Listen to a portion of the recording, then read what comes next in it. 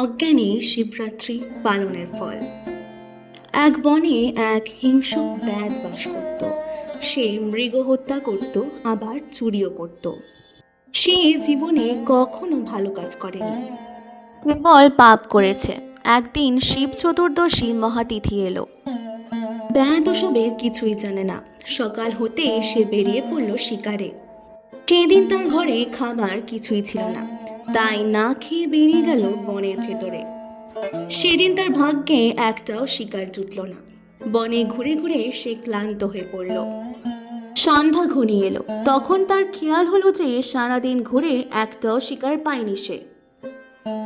ঘরে খাবার নেই, তাই বাচ্চারা না খেতে পেয়ে কত কষ্ট পাচ্ছে। যত রাত্রি হোক শিকার করে তবেই সে ঘরে ফিরবে। ঘুরতে ঘুরতে সে একটা জলাশয় দেখতে পেল। মনে ভাবলো হরিণ নিশ্চয়ই জল খেতে আসবে, তখনই শিকার করব। কিন্তু যদি বাঘ আক্রমণ করে তাহলে কি করব? সেই চিন্তা করে যদি তেষ্টা পায়, তাই খানিকটা জল নিয়ে জলাশয়ের কাছাকাছি একটা বেল গাছে চড়ে বসলো। সবসময় সে জলাশয়ের পাশে কোনো জঙ্গলের মধ্যে বসে অপেক্ষা করাতেই নিরাপদ বলে মনে করলো না। তারপর ভাবল, অপেক্ষা করার সময় লক্ষ্য করেছে কখন কোন প্রাণী আসছে। সারাদিন তার কোনো খাবার জোটেনি, তবুও রাত্রিতে সে গাছে বসে থাকলো। হঠাৎ ব্যাধ দেখতে পেল একটা হরিণ লাফাতে লাফাতে সেই জলাশয়ের দিকে আসছে। তাকে দেখে ব্যাধ আনন্দে ধনুকে স্বর যোজনা করলো। এই সময় নড়াচড়ার ফলে একটু জল নিচে পড়ল, সেই সাথে গাছের শুকনো পাতাও নিচে পড়ল। সেই গাছের নিচে ছিল শিবলিঙ্গ। সেই জল আর পাতা পড়ল শিবলিঙ্গের ওপর। এইভাবেই অজ্ঞাতসারে ব্যাধের দ্বারা প্রথম প্রহরে শিব পূজা সম্পন্ন হলো। শিব সেই ব্যাধের সকল পাপ দূর করলেন। তখন সে হরিণী দূর থেকে ব্যাধকে গাছের ডালে দেখতে পেয়ে ভয় পেয়ে গেল। আর ব্যাধকে বলল, হে ব্যাধ, তোমাকে দেখে মনে হচ্ছে তুমি আমায় বধ করবে। ব্যাধ হরিণীর মুখে মানুষের কথা শুনে অবাক হয়ে গেল। তারপর বলল, তুমি ঠিক বলছো। আমার বাড়িতে আজ সকলে ক্ষুধার্ত, তোমাকে মেরে ক্ষুধা নিবারণ করব। তখন সেই হরিণী বলল, আজ আমার পরম সৌভাগ্য। আমার বৃথায় মাংসে যদি কারোর ক্ষুধা নিবারণ হয় আমি ধন্য হব। লোকে পরোপকারের যে পুণ্য কোনো লোকে তা 100 বছরেও বলতে পারে না। কিন্তু আমার ঘরে অনেক বালক সন্তান আছে, তাদেরকে আমার ভগ্নী ও স্বামীর কাছে রেখে আমি আবার এখানে ফিরে আসব। তখন তুমি আমায় বধ করো। ব্যাধ বলল, বিপদে পড়লে এরকম কথা সকলেই বলে।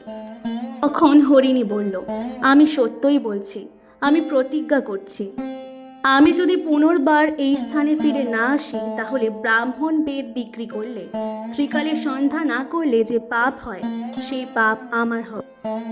স্বামীর আজ্ঞা লঙ্ঘন করলে স্ত্রীর যে পাপ হয়, আপন কর্ম লঙ্ঘন করলে যে পাপ হয়, সেই সব পাপে আমি লিপ্ত হব। এই সব শুনে ব্যাধ বলল, যাও, তুমি ঘরে যাও, কিন্তু ফিরে এসো। তখন হরিণী আনন্দে জল খেয়ে ঘরে ফিরে গেল। কিছুক্ষণ পরে সেই হরিণীর ভগ্নী আরেকটি হরিণী তার খোঁজ করতে সেখানে এলো। ব্যাধ তাকে দেখে মনের আনন্দে ধনুক তীর জুড়ল। তখন বেলগাছটা একটু নড়ল আর বেলপাতা সহ কিছু জল শিবের মাথায় পড়ল। এভাবে ব্যাধের দ্বিতীয়বার শিব পূজা করা হলো। সেই হরিণী ব্যাধকে দেখে বলল, তুমি কি করছো? ব্যাধের আগের মতোই উত্তর দিল। হরিণী বলল, আমি ধন্য হলাম, এতদিনে আমার জীবন সফল হলো। সেও আগের হরিণীর মতো জবাব দিয়ে বাড়ি যেতে চাইল। এখন ব্যাধ বলল, আমি কিছুক্ষণ আগে এক হরিণীকে মারতে গেলে সেও এই কথা বলে পালিয়ে গেছে। তুমিও তেমনই চেষ্টা করছো, কিন্তু আমি তোমায় ছাড়বো না, তোমাকেই মারবো। ব্যাধের কথা শুনে হরিণী বলল, যদি আমি ফিরে না আসি তাহলে যে পুরুষ পতিব্রতা স্ত্রীকে ত্যাগ করে অন্য স্ত্রীতে আসক্ত হয়, তাতে যে পাপ হয় সে পাপ আমায় ধরবে। বেদবিহিত ধর্মত্যাগে যে পাপ হয় সেই পাপে লিপ্ত হব আমি। যে বিষ্ণু ভক্ত ভয়ে শিবকে নিন্দা করে তার যে পাপ হয়, সে মাতা পিতার মৃত তিথিতে শ্রাদ্ধ না করে তাতে যে পাপ হয়, যে পরের সন্তান সৃষ্টি করে তাকে বঞ্চনা করে যে পাপ হয়, সেই সমস্ত পাপ আমাকে আশ্রয় করবে। বিশেষ করে যার বাক্য লঙ্ঘন হয় তার সকল পুণ্য নষ্ট হয়ে যায়। পৃথিবী তার পাপে বারবার কেঁপে ওঠে। ব্যাদ তার কথা শুনে তাকে ঘরে গিয়ে আবার ফিরে আসতে বলল। হরিণী জল খেয়ে চলে গেল। তারপর ব্যাদ চিন্তা করলো সেই হরিণী দুটো কোথায় গেল, কখন আসবে। এই চিন্তায় ব্যাদ না ঘুমিয়ে দ্বিতীয় প্রহর উপবাসেই কাটালো। তারপরে একটা হরিণ দুটো হরিণীকে খোঁজ করতে সেখানে এলে ব্যাদ আনন্দে নড়ে চড়ে বসল। তখন আবার একটু জল আর বেলপাতা পড়ল শিবের মাথায়। এভাবেই তৃতীয় প্রহরে শিবের পুজো হলো। ব্যাদকে দেখে হরিণ জিজ্ঞাসা করলো, তুমি কি করছো? ব্যাদ আগের মতোই উত্তর দিল, আর হরিণটিও আগের হরিণীদের মতোই জবাব দিল। তখন ব্যাদ বলল, আগের দুই হরিণী আমায় কথা দিয়েও ফিরে এলো না। তারা আমাকে ঠকিয়েছে, তাই তোমাকে আমি ছাড়ছি না। ব্যাধের কথা শুনে হরিণ বলল, আমি কখনো মিথ্যা বলি না, সমস্ত চরাচর সত্যের আশ্রয়ই চলেছে।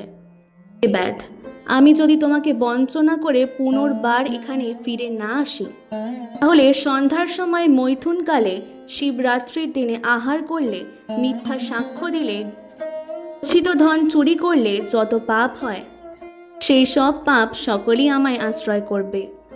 দ্বিজগণ সন্ধ্যা না করলে যে পাপ হয়, শিব নাম উচ্চারণ না করলে যে পাপ হয়, সক্ষম হয়েও যে পরের উপকার না করে, ব্রতদিনে মৈথুনকারীর যে পাপ হয়, অখাদ্য খেলে যে পাপ হয়, সে সকল পাপ আমার দেহেই আশ্রয় লাভ করবে। এক হরিণের কথা শুনে বলল, তুমি এখন যেতে পারো, তবে আবার এসো। তখন হরিণ জল খেয়ে চলে গেল। তারপর দুই হরিণী আর একটি হরিণ ঘরে মিলিত হলো। পরস্পর পরস্পরের কথা শুনল। পরে তারা বলল, যেহেতু আমরা সত্যবাসে আবদ্ধ আছি, তাই আমাদের ব্যাধের কাছে নিশ্চয়ই যাওয়া উচিত। এভাবে তারা সন্তানদের ছেড়ে যাওয়ার জন্য উদ্যত হলো। এখন প্রথম হরিণী হরিণকে বলল, হে স্বামী, বালকেরা কেমন করে পিতামাতাহীন হয়ে বাঁচবে? যেহেতু আমি আগে প্রতিজ্ঞা করেছি, সেজন্য আমিই যাব, তোমরা দুজনে এখানে থাকো। তখন দ্বিতীয় হরিণী বলল, আমি তোমাদের দাসী, অতএব তুমি থাকো, আমিই যাই। তারপর হরিণটি বলল, আমি সন্তানের কিছুই জানি না, তোমরা দুজনে থাকো, আমি যাই। হরিণী দুজন হরিণের এই কথা শুনে বলল, বিধবার জীবনে ঠিক। পর তারা সন্তানদের আশ্বস্ত করে সহবাসীর কাছে রেখে ব্যাধের কাছে গেল। এতক্ষণে তাদের অপেক্ষায় পথপানে চেয়েছিল। এমন সময় সেই তিন হরিণ আর হরিণীকে দেখে ব্যাধ আনন্দে ধনুক ধরে তাতে বাণ ছুঁড়ে দিল। ব্যাধের নড়াচড়ায় বেল পাতা ও জল পড়ল। চতুর্থ প্রহরের পূজা সম্পন্ন হলো। এদিকে হরিণ সন্তানরা তাদের কি হবে এই ভেবে তাদের পিছু পিছু চলল। তারপর তারা বলল, হে ব্যাধ, তুমি আমাদেরকেও বধ করে আমাদের মাংস খেয়ে আমাদের জীবন সার্থক করো। তখন ব্যাধ তাদের কথা শুনে অবাক হয়ে গেল। শিব পূজার ফলে তার দিব্য জ্ঞান জাগল। ভাবল, এই জ্ঞানহীন হরিণরাই ধন্য, এরা নিজেদের শরীর দিয়ে পরের উপকার করে, আর আমি মানুষ হয়ে কি করলাম? আমি কেবল পরের শরীর নষ্ট করে নিজের দেহের পুষ্টি করি। আমি অন্যকে বহু কষ্ট দিয়ে আজও অন্যের ভরণ পোষণ করছি, আমার কি হবে? জীবনের প্রতি ধিক, এই ভেবে সে তীর গুটিয়ে নিল। তারপর বলল, হে মৃগগণ, তোমরাই ধন্য, তোমাদের আমি হত্যা করব না, সন্তানদের নিয়ে নিজেদের ঘরে যাও। মৃগদল চলে গেল। শিব সেই ব্যাধের প্রতি প্রসন্ন হয়ে দিব্য মূর্তিতে দর্শন দিল। বলল, হে পুত্র, তোমার দ্বারা এই মহাব্রত পালিত হওয়ায় আমি সন্তুষ্ট, কি বর চাও? ব্যাধ বলল, আমি আপনার দর্শন পেয়ে ধন্য, এই বলে প্রণাম করল। এখন শিব বললেন, তুমি গৃহ নামে প্রসিদ্ধ হবে। এখন মনের ইচ্ছা মতো সুখ ভোগ করো। মহারাজ দশরথের পুত্র শ্রীরামচন্দ্র তোমার ঘরে আসবেন। তুমি সেই শ্রীরামের পূজা করে মুক্তি লাভ করবে। তোমার পুত্র পৌত্রেরা আমার পুজো করে বলবান হবে।